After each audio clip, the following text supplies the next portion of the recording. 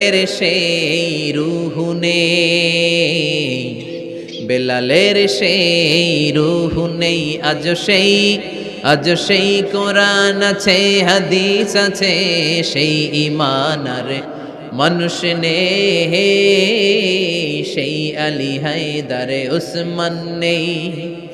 ফলসফা আছে আগের মতোই, ফলসফা আছে আগের মতোই, গজলের সেই তালকিন নেই, গজলের সেই তালকিন নেই।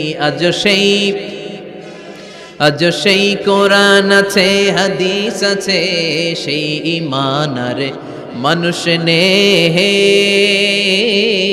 সেই আলী হায়দারে উসমান নেই। চিল্লায় বলেন ঠিক কিনা? আজান আছে, বেলালের রূপটা নাই। দর্শন শাস্ত্র আছে, লজিক আছে, মান্তিক আছে, ফলসফা আছে, কিন্তু গাজালির সেই তালকিন নাই। চিল্লা এখন ঠিক কিনা? এজন্য আল্লাহ বললেন আমার নাম হলো আহাদ, কুল হুয়াল্লাহু আহাদ। এরপর আল্লাহ বললেন আল্লাহুস সামাদ, আমার নাম হলো সামাদ। ওনার নাম কি? সামাদ মানে অমুখাপেক্ষী, কাদিউল হাজাত, যিনি সবার চাহিদা পূরণ করে। তিনি কে? যিনি সবাইরে দেয়, কারো কাছ থেকে কিছু চায় না। তিনি কে? সবাই যার কাছে ঠেকা, যিনি কারো কাছে ঠেকা না। চিল্লায় বলেন তিনি কে? মা ইউসমাদু ইলাইহিল খালকু কুল্লু, যার দিকে গোটা পৃথিবী হাত পেতে ফরিয়াদ করে, যার দিকে পৃথিবীর সব সত্তা তাকিয়ে থাকে। তিনি রহমতের বারিধারা নাজিল করলে, তিনি রিজিক দিলে আমাদের বেঁচে থাকা সম্ভব। তিনি ছাড়া কেউ আমাদের রিজিকের যোগান দিতে পারে? তার নাম সামাদ। চিল্লায় বলেন তার নাম কি?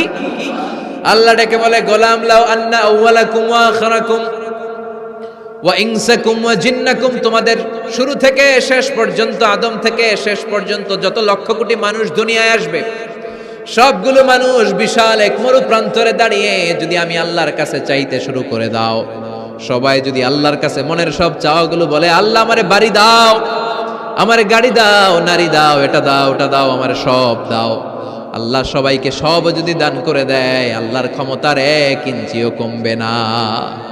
আল্লাহর ধনভাণ্ডারের 1 ইঞ্চিও ঘাটতি হবে না। সুবহানাল্লাহ পড়েন। এজন্য কেউ যেটা পারে না, পারে কে? আমাদের যার যা দরকার, আল্লাহ যদি সবাই